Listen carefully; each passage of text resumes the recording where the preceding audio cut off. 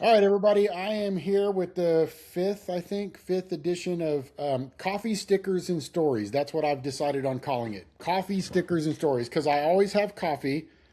I have my Yeti mug with the stickers on it, and then we're sitting here telling stories. So, Coffee I Stickers like and that. Stories. Yeah, I like that. yeah.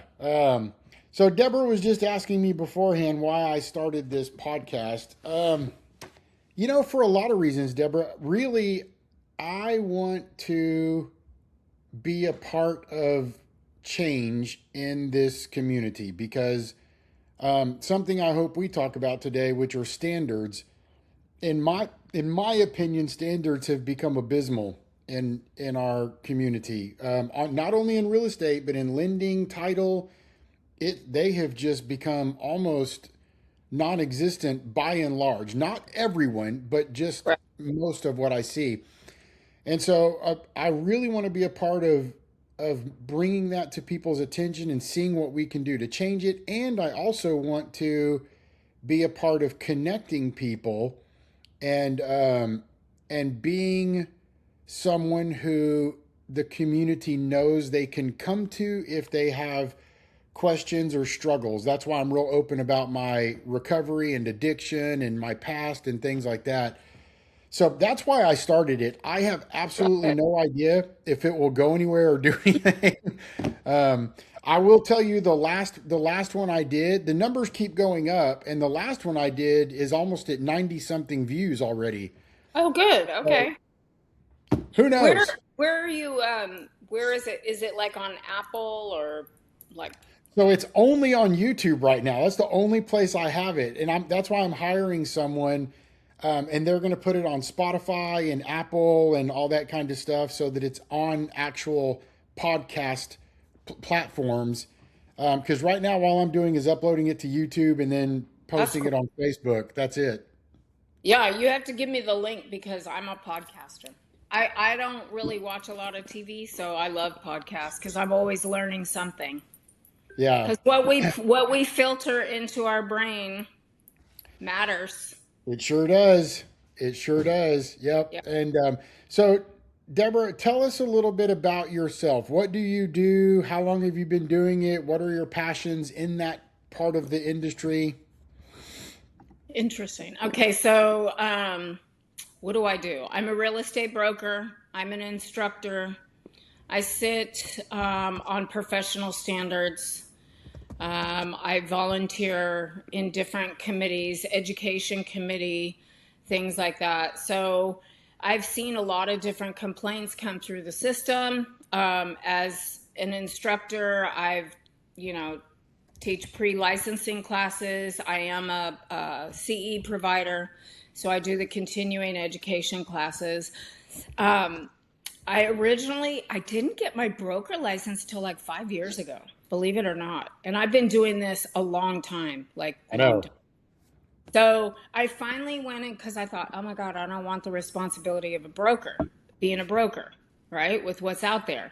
I kind of still feel that way. But what happened was all my mentors are I realized this about 5, 10 years ago. All my mentors that made me a better agent, they're starting to age out of the business, Yeah. right? So somebody needs to take over, right? It's us that have been in for a while to educate the younger ones coming in because most agents, I think the stat with NAR is like 64% of agents are post COVID. Let that sink in. God. 64%. That is so huge right there. That could be a podcast by itself. Okay. Yeah. So basically, when I started, I thought, well, you know what? If I don't start teaching and mentoring, then I'm part of the problem. Right. So I did TRLP way back in, what class was it? 18, 19? The Texas Leadership Program Yeah. through TR. So I went through that. That was honestly, it was career changing. It was great.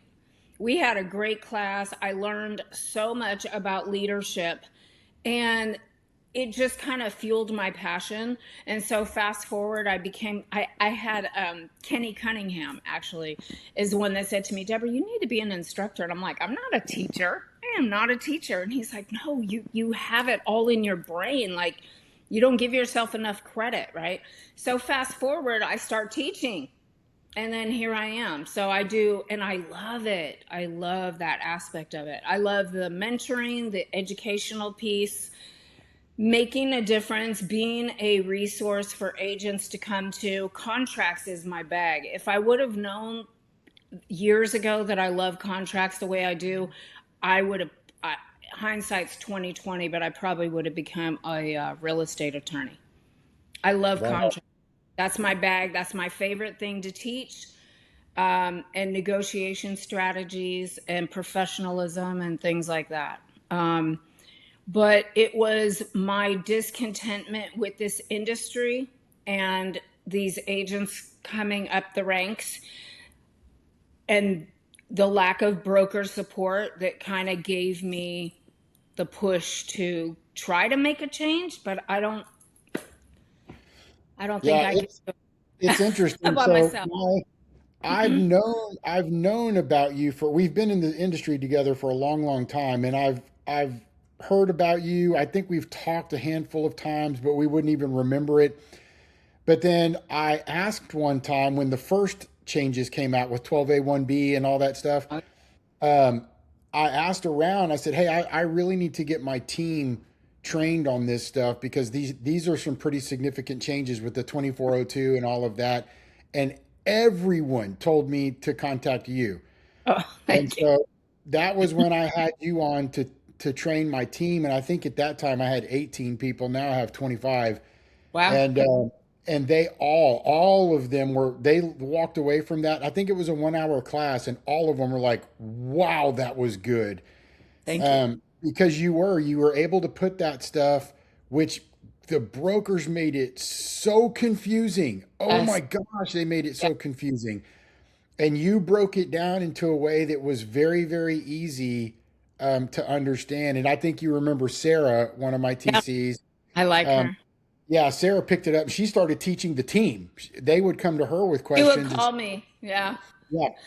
And so you do. You have a knack for teaching, and I love what you said about being a part of the solution and helping to raise the standards, because I think that's where I am too, Deborah. I'm either going to sit and complain about it and not do anything, in which case I need to just shut my mouth, Yeah. or I'm going to be a part of change and bringing it to people's attention and being a part of the solution. That's how I feel. So it's kind of like, and I'm not going to get political, but I'm going to get political. I mean, my opinion is if you don't make your vote known, whether you think it counts or not, then shut the hell up. Sit down. Right? Yeah. I mean, sit down. You're part of the problem. You're not part of the solution. And the same thing in the real estate industry. I was thinking back and I'm like, the amount of change that we have gone through in the past couple of years it's mind-boggling. It is. So, I mean, I was talking to an attorney who also is a broker last week, and he was like, I've never seen, like, as long as I've been licensed, I've never seen this kind of change. I went, you know what? You're right. Like, we had we had agency that changed way back in the day. You might have a contract update here and there, but the amount, it's a revolving door. There are so many changes. I don't know how these part-time or newer agents are keeping up with the changes. The brokers aren't keeping up with it. Well, okay, so let's talk about that. So I will tell you, we close hundreds and hundreds of deals a month. I mean, usually we close over 500, but sometimes in the 600 range. It is it is absolutely mind-boggling to me what we see on a daily basis. Now, I haven't done transactions in about 3 or 4 years. My team does them, but I'm still heavily involved in the contracts, and they come to me, and I'm constantly training myself. And Deborah, these agents, and I'm not talking about the ones that use us. We're lucky. We have the agents that use us are typically pretty well trained. Mhm. If not, they get themselves trained. But the co-op agents on the other side, they don't know when an option starts. They don't know where how to reflect their commission. They don't know whether or not their buyer is on the hook for a survey. They don't know who pays for title policy. They don't know about financing. Nothing. And the timelines, that's your whole contract. Like, That's everything. and when is day one? What about the contracts that don't have the execution date filled out? It absolutely sends me to the moon. I'm like, if you take my contracts classes, I promise you, I reiterate constantly, I drill it in. Your effective date is day zero. Day one is the day following. They can't, I just, the timelines are crucial. We Yep. have a legally binding contract for a reason in the state of Texas. There's, it's, With tens of thousands of dollars on the line. yeah. And they don't get it. Yeah, and so that it's man, this is I've been looking forward to this podcast, I will tell you, because this is what we see on a daily basis, and I think it's getting worse. I think it's Getting getting worse. Social media is a blessing and a curse. Can I just go down the rabbit hole for just a second? Because do it. I Do have to. it. So, I'm scrolling. Look, I'm showing my age. I know my ass is old. But anyway, you know, but here it is. So, when I got into real estate, my mentors, they were polished, they were professional, they dressed professionally every day. We were expected to go into the office and look the part. Okay. Your car needed to be clean, all the things, right? That's Now, how I grew up with my grandmother. yes, and it's like you don't show property in shorts. You don't wear flip-flops to showing property. You can wear a polo if you're doing an inspection. You get the gist, right? It's Yeah. like when you go to the front door, if the seller's home, they should be able to distinguish who is the agent and who is the client. Nowadays, you don't know who's who, because you've got agents that are showing in shorts and a t-shirt, flip-flops. You've got agents that they don't know what their role is. They don't understand fiduciary duties. They're on social media, and it's all about the grandiose and the gifts, and oh, I'm going to go shop, and I've got the red carpet, and I'm not throwing any particular agent under the bus. I'm just saying in general, the stuff that I'm seeing as I'm scrolling Facebook, and I'm like, Deborah, shut up. Just keep scrolling, right? Because this is this younger generation of agent, and they're getting the business. This is what they're doing now. And in my brain, I'm like, okay, can you write a contract? Can you negotiate? Can you get your client? If I have to buy you a bunch of gifts for a closing gift, my gift is I bust my ass for you. I work hard for you. I do a good job. I protect you. I protect all your interests. I'm going to get I'm going to squeeze whatever I can out of that deal. If your ignorance, I can use that to my benefit if I'm a buyer's agent or vice versa, right? I mean, it Yep. is what it is. We're It is. negotiating. Negotiation is an art. So those are the things to me that are valuable. But again, I'm old and I'm an old school agent, but that's how I was taught. And so I kind of feel like when I teach, I give examples when I teach, because I feel that if you put it in a real life scenario situation, because God knows I could write a book at this Yeah. point. Anecdotes help everybody. Yeah, because then you can, instead of contracts are very boring. Let's be real. You take a contracts class, it's 3 hours requirement. My job is for you to walk away knowing more than you did when you came in the room, right? So I want those takeaways. When I have newer agents just getting licensed, they hear me. I've had students tell me, "Hey, I hear your voice when I took my test. Do this, do that." I want you to think about that when you're negotiating a deal and you come across a situation. It's like, well, what are the fundamentals? The fundamentals in our industry are key, and we're getting away. We have social media, all this stuff. We have tools. We have, you know, all this technology, but it does not replace the personal touch, the knowledge, the expertise, all of those things that make a great agent. Those are supposed to be tools to enhance our business, not to replace us. Okay. So, man, you're speaking to my heart. So, one of the things I always tell people, 'cause for those of y'all who don't know me, I own the largest contract to close company in the state, transaction management. I have 26 TCs. We work at a very high level. There's no one out there who does what we do. But I will always tell the agent, we supplement your role. We do not abdicate your role. But Or Deborah, replace your role. well, and that's what abdicate means. We don't Yep. become you. Oh, But here's what's crazy. You spoke about something that is becoming a real issue, and that is these agents they're learning or know intuitively because of their age how to get the business off social media. They know about SOI, they know about SEO, they know about how to post and do reels and shorts and all that kind of stuff. But because they are now the mass of realtors, like 64% or whatever you said post COVID, brokers are acquiescing to that crowd, and they're saying, okay, well, look, because you're used to having everything you want, we're going to have transaction management. They're going to write your contracts. They're going to write all of your docs. They're going to do all your broker compliance. We can even have somebody negotiate for you. There's even a broker out there we're going to have car washes for you, pet yeah. walking, pet sitting. I mean, you want it, we'll do it. Yeah. And now you've got these agents who are coming in, and like you said, they literally don't know how to write a contract. Don't. They don't know about contracts.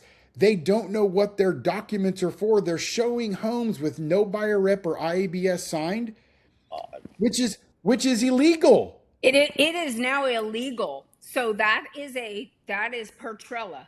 The Texas Right. It's state license. illegal. You can lose your license for that. Yes, But sir. everybody's still doing it.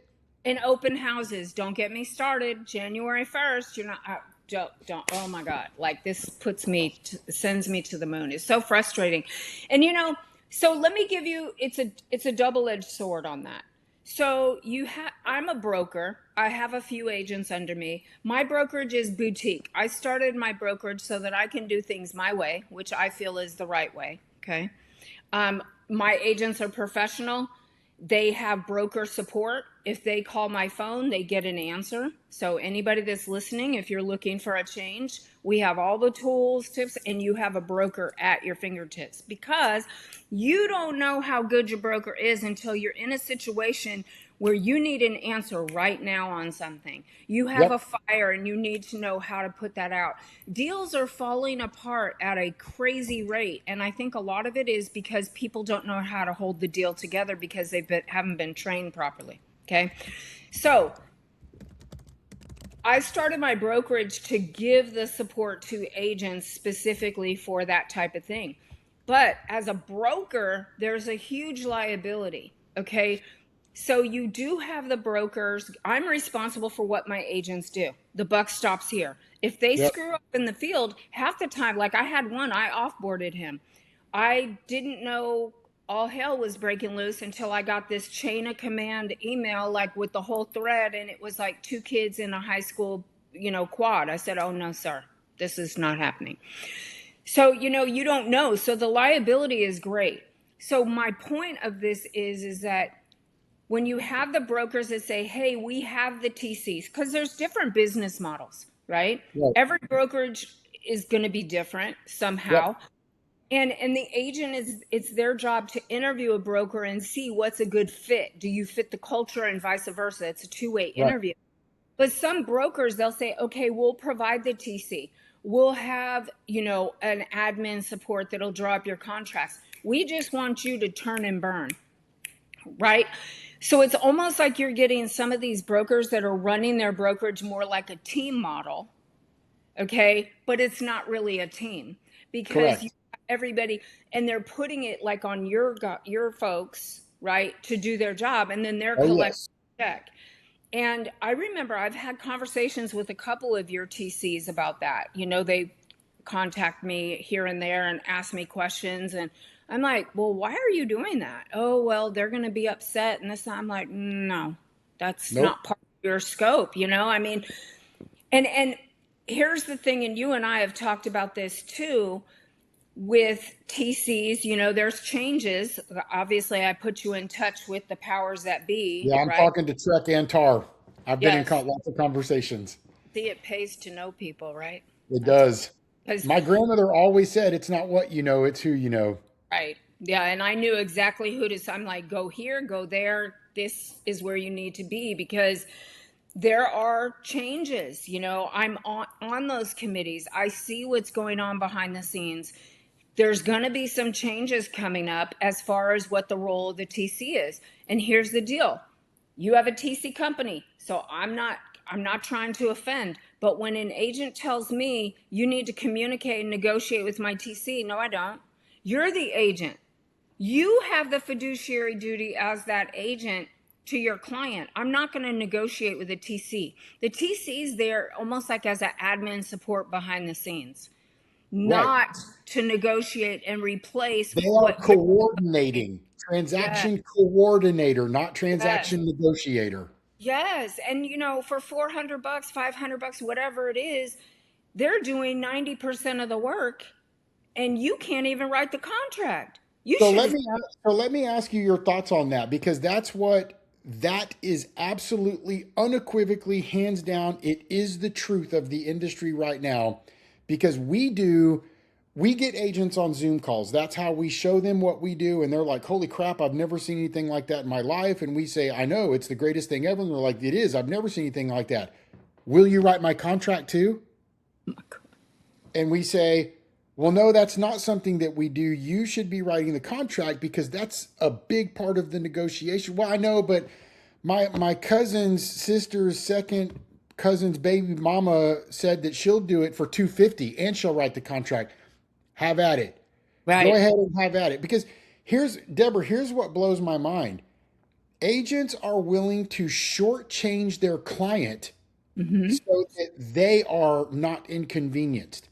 I They agree. will have their client get subpar service, subpar negotiation, subpar transaction, so that they don't have to write a contract or do their docs. I agree. It, It makes your head explode. But understand too, Dustin, those are also some of the agents that are constantly chasing business. Whereas for me, my business, I've established myself, and I work pretty much by referral only. And and now here, I get industry professionals that are referring to me. I just had two loan officers send me, one sent me a listing, one sent me a buyer, right? Attorneys refer to me, probate, divorce attorneys, because they know I'm going to take care of their people. So it's like I work my network, and I stay in touch with my past clients. I try to teach my agents that the fundamentals of relationship based business, because what man, you're discussing, what you're discussing takes your finger off the pulse, and you're not maintaining that relationship with your client, and you're not providing excellent service to where they feel like, oh, that was easy. My job is to make you as my client feel like, oh, that was easy peasy, yes, right? I don't yes, want to give subpar service. But as a result, because I really strive for excellence, we're all human. We fail at some point. But I don't have to chase the dollar. And that's where I think I'm missing. I'm not getting that memo out fast enough to agents about how to keep your wheels turning. This is not a turn and burn business, y'all. This nope, is all about relationships. yep, Trust. If people trust you, they're going to do business with you. People that come to me, look, I'm not everybody's cup of tea. I'm okay with that.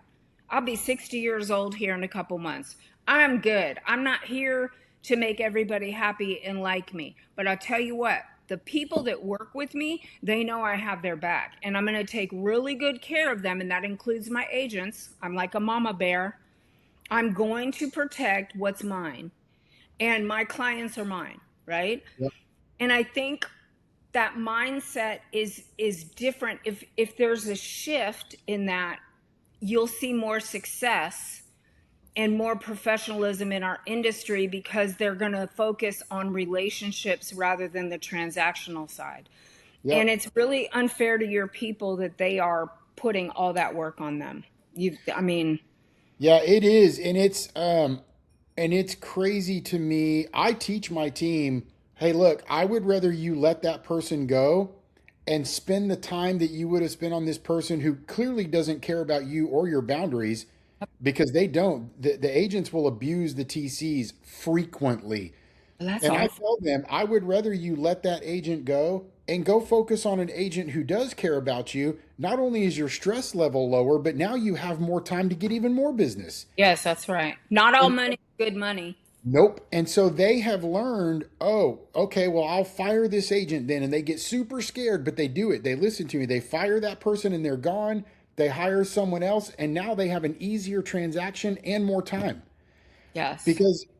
because it is becoming, like I said, it is progressively becoming worse, to where agents will immediately mistreat us and tell us things like, and this is face to face on a Zoom, and they'll say, oh, well, do you write my contracts? We do not write your contracts. That's a part of something you should be doing before it's under contract. That's why we're called contract to close. And they'll kind of look for a second and they'll go, oh, well, yeah, my last TC, I could have her write a contract at 8 a.m. or 8 p.m. on a Saturday night. Do y'all work weekends? And I'll say, well, if it's an emergency, then we can do an amendment to an extended option or something like that. But by and large, I try and protect my team's family time.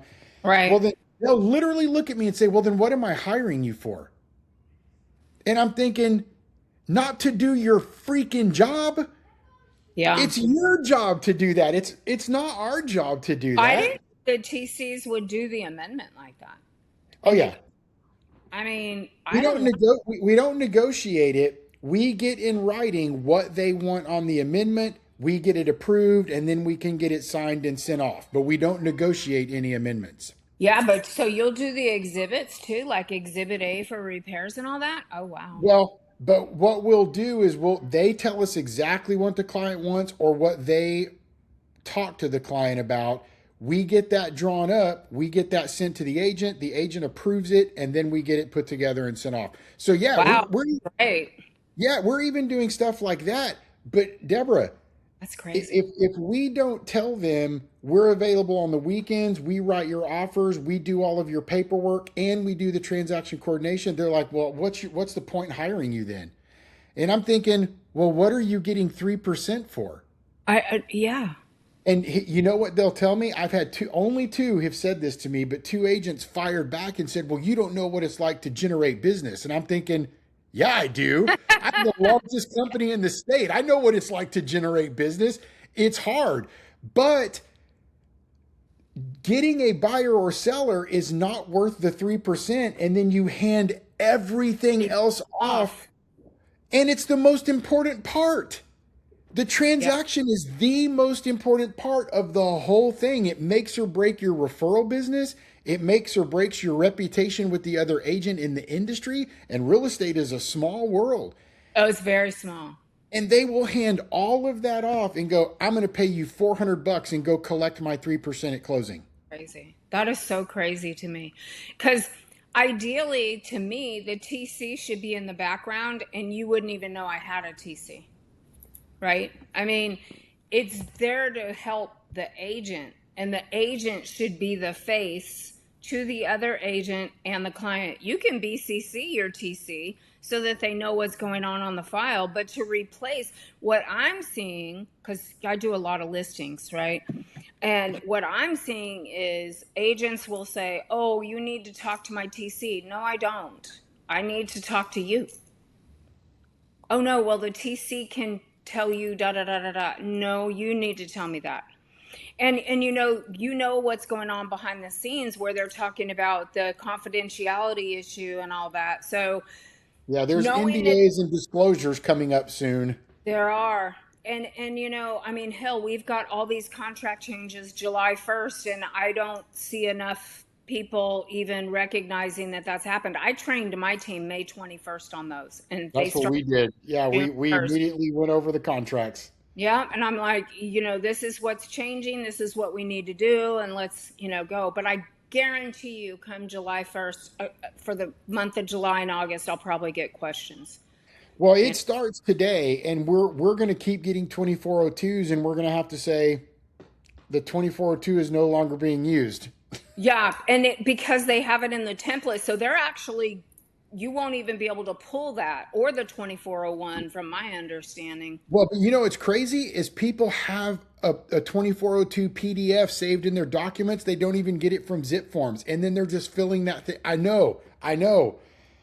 This is what we see every single day. We didn't even need the 2402 for that after the new contract came out January of last year. Like, Nope, nope. So, and what do and you and think of paragraph 12 now? I think it's super cut and dry. Look, so I do too, and I keep getting the question, well, why is there this section where the buyer can pay the seller commission? I said, do y'all have amnesia? Like, of course, I don't say this when I'm teaching, right? But people are going to be like, oh, Deborah, you're mean. But in my head, I'm like, Deborah, fix your face. Because do they not remember COVID? The buyer was paying everything, No home title. warranty, paying for survey, Yes. title commitment, everything. Yes. Do you want the house or not? Because you're going to Yep, pay for it. And let me tell you something. I'm glad they put that in there. But when our market changes, because it will, it's it will. inevitable. We go in cycles of 10-year cycles Yep. historically. Okay. When the market changes and we become a seller's market again, you are going to have agents that are going to take a lot of commissionectomies because they don't know how to negotiate for themselves. They don't know how to convey their value, and they can't fill out paperwork properly. And Well, that okay. in paragraph 12 to me is very specific now. Who's It's paying? super easy. It's I, super easy now. And you're done. You're rid of the 2402. It makes it so much easier. yeah. So I will tell you, in this last year, I I cannot even tell you how many buyers agents would reach out to us and say, well, hey, my commission is 3% on there, and we'll go to the contract and go, well, your commission's not on there. They It's put not. it down for concessions, Well, either that or they put it on page 10, and that's for informational and that's purposes. an information. And so we'll tell them, well, page 10 is an information only page. No, it's not. My broker said that's where, and we can't be combative with them and say, well, I don't care what your broker said, your broker's wrong. Correct. We have to say, I'm just telling you the title company's not going to collect a commission based off page 10. They need some sort of agreement to show that you're getting that money. Yep. And then what happened every single time was they would, I don't know how they would figure it out, but they would go to somebody and come back and say, oh, you were right. And so Yep. now we've got to remove it from page 10, put it on paragraph 12 or a 2402 if that's what was being used.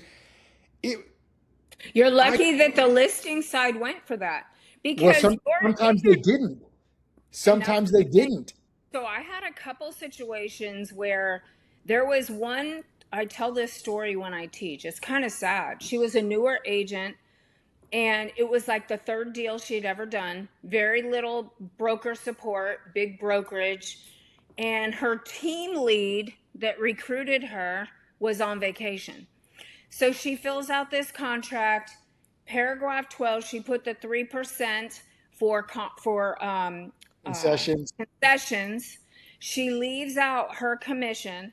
They get to the closing table, right? The lender's like, hey, here's your, they're doing the numbers. And no, no, no, that's not what this is. Where's my commission? And go back to the contract. There it is. And the lender calls me and says, hey, can you talk to this agent? I said, well, I'm not her broker. I can't. I mean, I said, tell her this, this, and this. I mean, so they tried to renegotiate it, and the listing agent told her, sorry, Charlie. Like, that's why we Yeah, took the offer. You're not getting paid. We're like, okay. exactly. So what, I'm going to go to my seller now and say, oh, by the way, you're going to be giving an extra 3% out of what Exactly. your net proceeds. No Yes. way. Commissionectomies are the best lessons. Those are the mistakes we'll never make again. I know Yep. so many agents that have had to buy refrigerators, for example, Yep. because the non-realty addendum wasn't correct. Yep. I mean, unfortunately, that's it. Sometimes it takes getting into an agent's pocket for those lessons to be learned, and they're hard It lessons, does. but she'll never make that mistake again. I guarantee you. Nope. So okay, look, let me date myself, and I think I'm pretty sure you're along the same timeline. I got into this industry in 2001, and I was working for my grandmother, she had been a realtor for 36 years, and I was her listing manager, and then I was her transaction manager, and then in 2002 I got hired at the Owen Group. Craig Owen Yeah. had just sold. He had just sold to Pat and Kathy King, and that's where I got my start. So I remember all the way through till 2013, 2014, maybe, you could reach out to a title company and they were so helpful. They would call your client and explain title commitments. They would order the HOA docs and make sure that they were paid, although they would get with the listing agent. Lenders were willing to call a buyer and request the things that they were missing, VOEs and statements and all these kinds of stuff. Something happened, Along and the way. all of a sudden, and agents were so kind to. Sure, there were some agents who were jerks, and everybody knew who they were. Yeah. Nobody wanted to show their listings or work with them, but by and large, the real estate community was very interdependent, and they communicated and helped each other. Something happened, and I feel like it was around 2013, 2014. Something happened, and all of a sudden, you can't get lenders to call their buyer. You can't get title companies to help you do anything. Every agent is in it for themselves and out for the money. And now all of a sudden it's this segregated feeling with everybody, where everybody's this little island It's like in their and of. competition. They're competing, Yes, and customer service is a lost art. it's And gone.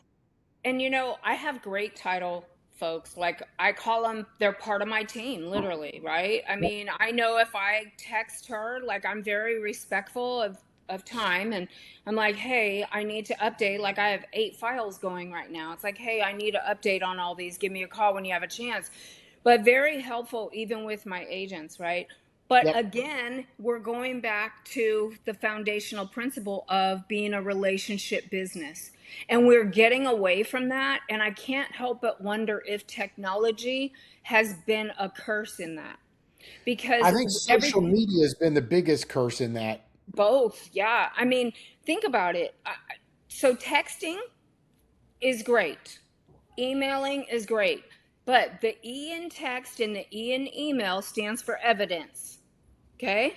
So it will be used against you, or it will cover your assets, okay, in a transaction. That's the bottom line. So I am finding that more people want to communicate in writing, which I'm not opposed to, but there are certain things, Dustin, that's a phone call, right? There's certain ways the written word can be misconstrued, and tone matters, and you can Okay. throw your whole deal off. So And see, and that's I'm the thing. If I perceive any sort of a tone, I will pick up the phone so that people can hear my voice. right. It makes a big difference. And I'm noticing that title, that lenders, I think part of our issue is everybody, we're in such a litigious society. Everybody's Yep. afraid of getting their butt sued. So, Yep. hey, I'm that broker that tells my agents, you put everything in writing. If you talk to somebody, you follow up with an email or text. Hey, per our conversation today, da da da da da. You document, cover your assets, Yep. CYA, always, okay? And I want you to upload that to SkySlope in your full file at So the end you of have your evidence of it. transaction. So I have everything, because 4 years later, 3 years, 364 days later, a TREC complaint can come in, and I can guarantee you we're not going to remember what happened on that deal for details. So details matter. And I think that that's part of it, that you have people that are so afraid of lawsuits because everybody wants to sue everybody, and then you add in technology and that we're getting away from the human aspect of our business, which is relationships. Yeah. It all And it will boils down always to be that. relationship driven. Always. And I don't know how to get that back. I kind of feel like how my grandparents did way back in the day. Oh my God, this world's going to shit. And it's like, but I'm saying that now. I'm like, what is going on out Yeah. here? Well, now Our we're the business, ones going back in our day. We blah, yes. blah. And now I'm Yeah. saying that. My Yeah. kids are like, yeah, let me guess, you walked in the snow to school. And I'm, it's like, Yeah. but it's really true. I mean, It is very true. There was a different type of community where it was relationally driven, and now it is not like that anymore. It is it is not. very, very different. And I'm not trying to burn bridges with other agents and professionals in this industry in my town. There are 15,000 of us in San Antonio, licensees, okay? 20% of us do 80% of the business. I Always that way. Look, I'm not a perfect person. People know I'm very transparent. I'm very down to earth. You're going to like me or you're going to hate me. It's up to you. But I'm always respectful. I can count on two fingers in all the years in San Antonio where I've had a bad transaction where it got, where it wasn't favorable, right? Because I'm always thinking like that. My gosh, I got to see this person again. What if it's their listing? What if I have to work with them again? And I think we're so transactionally based. Our society is right now. Everything is now. Let's get it done. That we're not thinking down the line of how our behavior and actions affect us. And my reputation is important to me. I say I don't care what people think, but I'm saying on a personal level, like when it comes to business, you can't outwork me.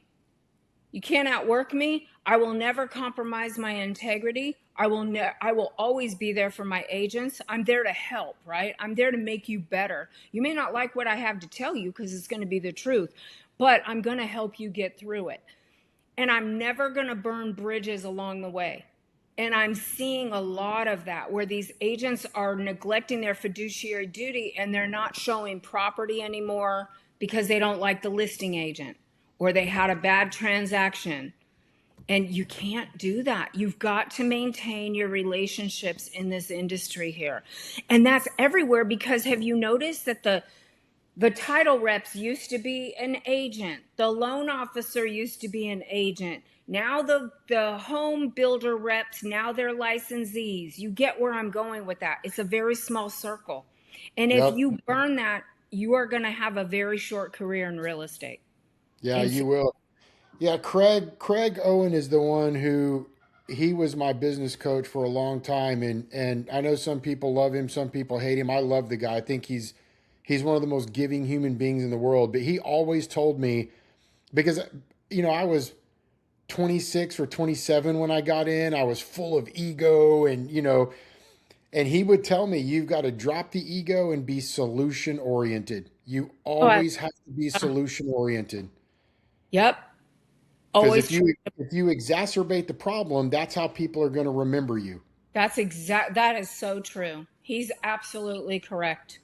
He's so right. I tell people, my agents too, if there's a problem that comes up, okay, I instantly go into how can I fix this? What's the win-win here? Yep. Because me not here's the deal. If somebody's upset, you're not going to help things by raising your voice. We need to de-escalate for one. Okay. So you Yeah. getting pissed off is it's so counterproductive, right? I can count on less than one hand how many times I've done that, which is hilarious because I'm Italian and asked my kids when they were growing up, like I'm a hothead. Well, not so much anymore. I'm old, Yeah. but I was. But in real estate, I'm not like that. It's weird. It's like I'm like, okay, how do we take care of this? solution oriented, like Craig said, right? Like, how can we get through this? Because I instantly go to, if I do this, it's going to affect my client. How? My fiduciary duty is to my client. So if Yep. I It's say not to save something, my ego. that's right. And if I say something or do something and it jeopardizes their position, I'm in trouble.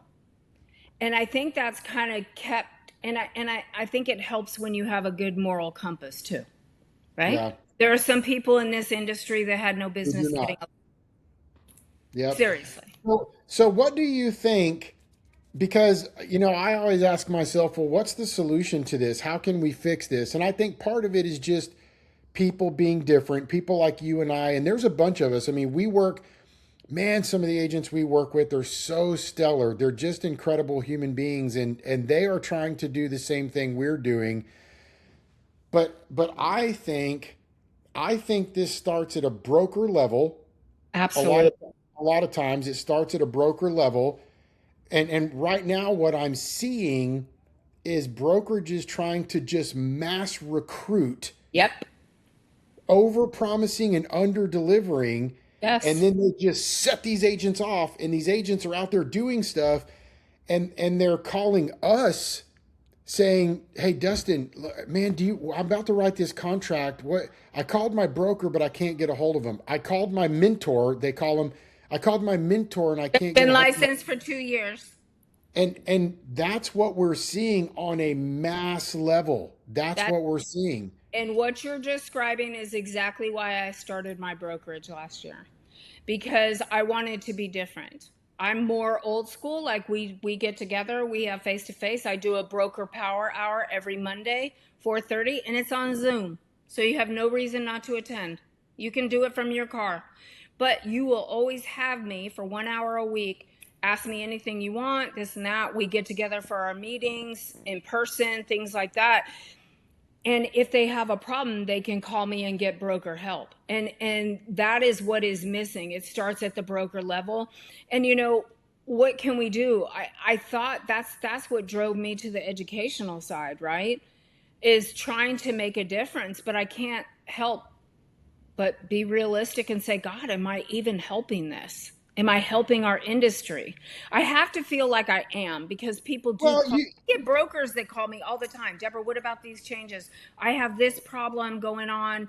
And these brokers, it's very humbling. Like, it makes me feel really good. I mean, like, wow, you respect my opinion enough that you're a broker yourself, and you're coming to me going, hey, let me bounce this off of you. I have this problem going on with an agent.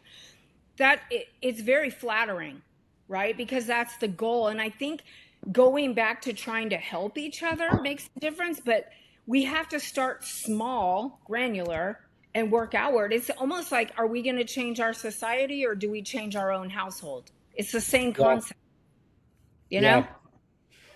yeah. I can't change the world, but my actions every day when I get up, I literally tell myself this when I do my affirmations. If I can make a difference in one agent's career and life, then I'm doing my job that day.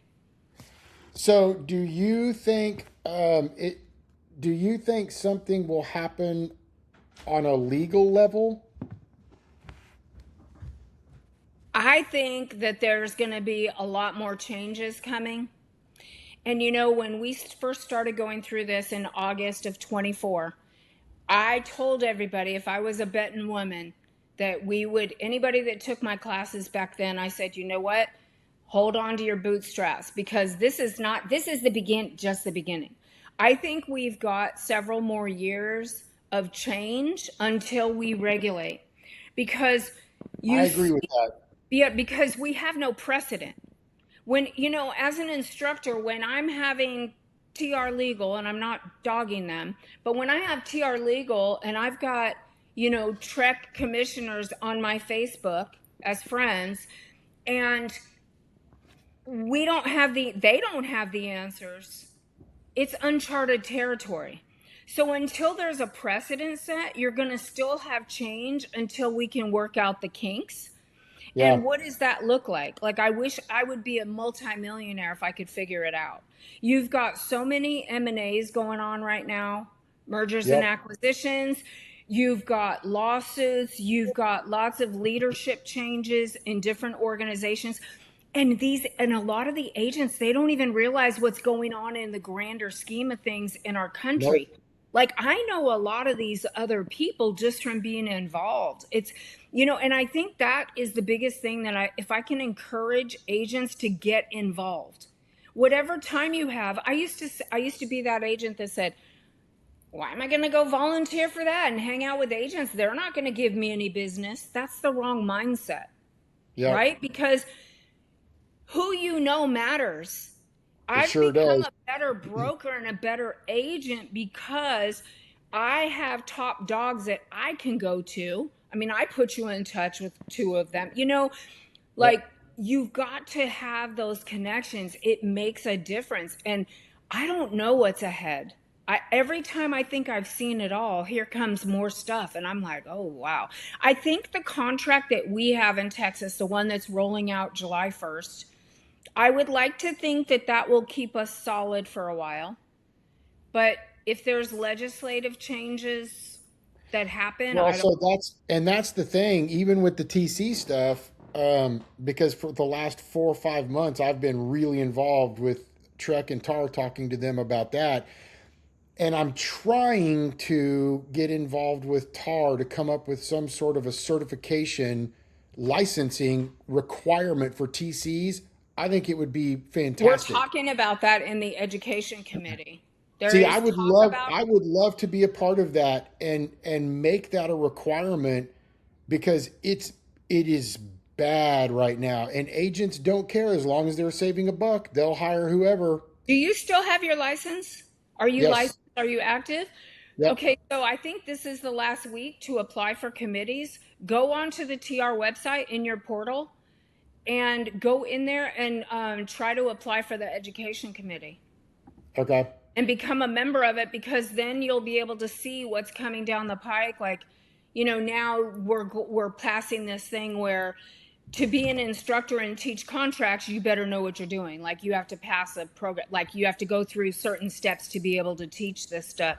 So there is talk on the TC side. I'm not going to get into it on here, but No, but I will tell you, it is going to happen at a broker level first. That's what's going to happen. And a bunch of these TCs are going to start dropping like flies, which I think is great. thing. And then I think it's going to happen at a legislative level. I think it will become law after that, which I think is great, because it is. Oh man, the things we hear it literally It's every day. got to stop. We It's hear it got to every stop. day.